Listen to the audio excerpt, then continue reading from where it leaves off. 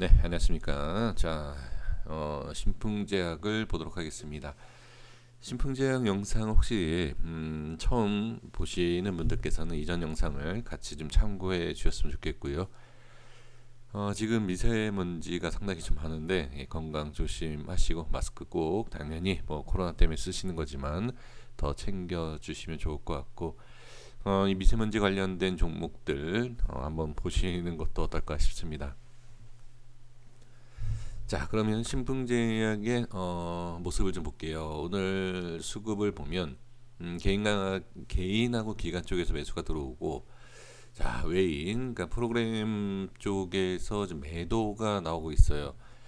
이틀 연속, 그리고 그 전에도 이제 프로그램 쪽에서는 매수가 있긴 했지만 지금 일주 더 되는 지금 6거래일 정도, 자, 외인이 계속 매도를 하고 있습니다. 그러니까 외인의 수급을 우리가 좀 한번 볼 필요가 있는 것이, 아무래도 신풍제약이 외인의 수급에 좀 영향이 조금 있지 않나라는 좀 생각을 좀 해봅니다. 전체적인 흐름으로 봤을 때 외인들이 계속 지금 매수를 좀 해주고 있는 상황입니다. 그러니까 하락을 해도 또는 올라가도 외인의 수급, 이 빨간색이 지금 외인인데요. 자, 외인이 이렇게 매수를 해주는 모습을 볼 수가 있죠. 그럼 외인이 매수를 한다라고 해서 지금 올라간 구간도 있고 빠진 구간도 있어요. 그런데 외인의 수급이 정말로 이제 주가의 흐름에 어떤 영향이 있다라고 하면, 평균치를 본다라고 하면 한참 거의 한 2배 이상의 상승이 나와야지만이 외인의 수급까지 올라올 수 있다. 이제 이런 내용인데, 그러니까 이거는, 그러니까 외인의 수급이 이렇게 들어왔기 때문에 이렇게 올라올 수 있다라고 말씀을 드리는 것이 아니라, 혹시 이렇게 생각을 하실 수가 있다는 얘기예요. 그래서 외인의 수급이 이렇게 위에 평균치로 따진다라고 하면 상당히 높은 자리에 있는데 거기까지 올라갈 수 있느냐? 이런 생각으로 이 상단 위쪽까지 좀 기다리시는 분들이 계실 수 있어요. 근데 그런 거는 이 수급의, 그러니까 수급을 보면서 우리가 이렇게 생각을 할 수 있지만, 잘못 판단하게 되면 홀딩을 하지 말아야 할 자리에서 계속 홀딩을 하게 되고, 그 다음에 우리가 좀 더 지켜봐야 할 자리에서 뭐 손절한다든지 잘못할 수가 있다라는 거죠. 그러니까 지금, 자, 그러니까 외인의 수급을 갖고서 본다라면 이렇게 좀 올라올 수 있다라고 생각할 수 있어요. 그러니까 이게 위험한 게 뭐냐면, 어느 정도 수익이 생기거나 본전이라든지 그런 상승이 나오고 나서 정리를 안 하고 다시 빠진다라고 하면, 좋은 위치에서 정리할 수 있는 기회가 있음에도 불구하고 이 외인의 수급 하나 때문에 좋은 매도를 놓칠 수 있다라는 것을 한번 말씀을 좀 드려봅니다. 그럼 이 전에 자, 이제 전략에 대해서 세운 내용이 뭐였죠? 네, 여기 현금화였죠. 자, 현금화 이후에 그 다음에 전략이 뭐였죠? 자, 반등이 나올 때 한 번 정도 손절을 치고 두 번 뭐 손절을 치더라도, 자, 물릴 수도 있지만 올라가는 모습에서 어떻게 한번 따라가 볼 필요는 있다. 다만 매수를 할 수 있는 분들은 누구다? 그쵸? 여기에서 이제 현금화 하신 분들, 그리고 현금화한 그러니까 금액이죠. 1,000만 원을 보유하고 있는 상황에서, 자, 마이너스면 예를 들어서 뭐 20%다 그러면 800의 현차, 그러니까 좀, 그러니까 800만 원어치 이제 되어 있는 거죠. 예를 들어서 이제 빠지면, 그럼 여기에서 이제 400만 원어치, 자, 50% 또는 뭐 그 이상이던 그 이하던 현찰을 어떻게, 20% 빠진 자리에서 다시 매도했던 현금을 매수를 하자라는 전략이지 않습니까? 자, 그러면 매수를 할 수 있었던 자리는 어디다? 그쵸? 이 자리 아니면 이 자리. 여기에서 이제 분명히 말씀드렸던 게, 좀 전에 말씀드린 것처럼 상승할 때 한번 따라가 볼 필요는 있다라는 것. 그러면 이 자리에서 뭐 매수를 하시고 손절 안 치고 보유 중일 수도 있고, 손절 치고 어제, 자, 매수를 할 수도 있다. 그럼 어느 정도 지금 수익권이지 않습니까? 그 여기에서 이제 정말 중요한 게 뭐냐면, 어제는 이제 변동에 대한 차이가 없기 때문에 제가 영상을 따로 만들어서 올려드리진 않았지만 지금은 흐름은 분명히 자 지금 증시가 어느 정도 반등이 나오고 있고 그리고 지금 시간에도 뭐 많은 상승은 아니지만 일단 밀리지 않았다. 그리고 이제 5일선에 대한 안착 그리고 자 21선에 대한 120선에 대한 위치의 60선도 있고 일단 이격이 있는 상태에서 이격을 좁히기 위해서 주가가 빠지는 상황에서 좁히는 게 아니라 주가를 어느 정도 올리면서 이격을 또 좁힐 수 있겠죠. 그러니까 이런 흐름으로 봤을 때는 큰 수익은 아니에요. 그러니까 50%뭐 30% 이게 아니라 조금만 상승을 해도 정말 좋은 수익이 생길 수 있다. 그러니까 어떤 내용이죠?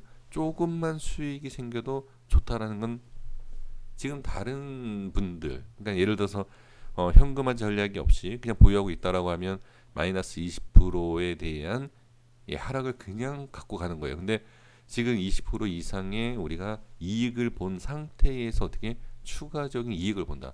그 조금만 상승을 해도 뭐다? 네, 거의 30%. 물론 부분적인 전략을 하는 거죠.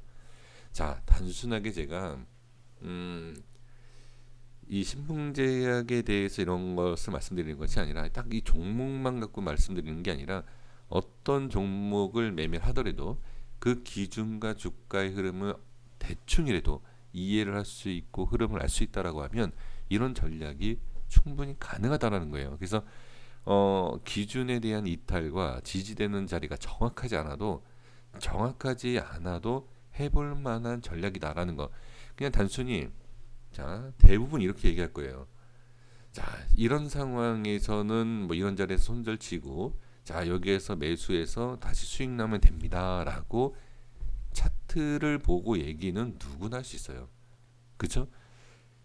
그러니까 이렇게 말씀을 그러니까 지난 차트를 갖고 말씀을 드리면 와닿지가 않아요. 그리고 와닿는다 하더라도 실제로 되지 않는다. 근데 지금은 이때 이제 말씀을 드렸던 게 뭐죠? 올라가더라도 심리적인 것, 빠지더라도 전략을 세우면 된다. 제가 이렇게 빠질지 올라갈지 알아서 이렇게 말씀을 드린 게 아니죠. 올라가든 빠지든 전략은 분명히 다 있다. 그래서 이제 현금화하자 이런 말씀을 드린 것이고 이 위치에서는 시장만 큰 하락이 있지 않으면 돌려줄 수 있는 그리고 이 자리가 돌려지지 않는다 하더라도 손해볼 게 전혀 없다. 지난 차트가 아니라 앞을 알 수 없었던 지금 일주일 이상 된 거예요. 그죠? 이 전략을 세운 지 앞을 알지 못해도 충분히 할 수 있다라는 것을 저는 보여드리고 싶은 것이고 알려드리고 싶은 것이죠. 그리고 이제 신풍제약에 몰빵을 하셨다. 손실도 상당히 크다. 이런 분들이 몇몇 분이 이메일을 주셔서 말씀해 주셨기 때문에 상당히 좀 조심스럽고 좀 무거운 이제 전략이었죠. 만약에 이게 제대로 먹히지 않고 여기에 상한가가 나온다라고 하면 조금 아무래도 좀 그렇죠. 그죠? 현금화 했다는 자체가. 근데 일단은 그렇게 해서 올라가면 다행이고 빠지면 빠지는데 이렇게 대응을 하는 그러니까 중요한 위치에 대해서 대충 알아도 이런 전략이 충분히 적용이 될 수 있다라는 것을 말씀을 드려봅니다. 그래서 지금 이제 정리를 해보면 큰 상승 처음에 말씀드렸던 큰 상승도 나올 수 있어요. 그러면 부분 손절하고 현금화한 이 물량만 갖고라도 엄청난 수익이 생기는 거예요. 근데 이렇게까지 보지 말자라는 거예요. 이렇게 보지 마시고 어느 정도 상승이 나왔을 때 내가 만족하는 지금 현금화한 것을 가지고서는 자 400만 원 그러니까 예를 들어서 뭐 여기서 1000만 원 했을 때 마이너스 뭐 20% 해갖고선 다 말씀드렸잖아요. 예를 들어서요. 그러면 이 400만 원을 매수를 해서 5%든 10%든 수익이 나면 어떻게 이전에 있었던 물량은 그냥 놔두고 자, 이 400만 원어치에 대한 것만 어떻게 익절을 하자. 또 아니면 상황을 봐서 어떻게 욕심을 부리면 돼요. 조금 더. 이런 모습을 좀 생각을 해 볼 수 있다라는 것을 말씀을 드려봅니다. 글쎄요, 이렇게 하셨는지는 모르겠습니다. 제 영상 이 신풍제약에 있어서 제 영상을 보시는 분이 한 1000분 정도 계시는데 한 두 분 정도, 네, 0.2%죠. 한 두 분 정도만이라도 이렇게 좀 하셨으면 하는 좀 바람이 좀 있네요.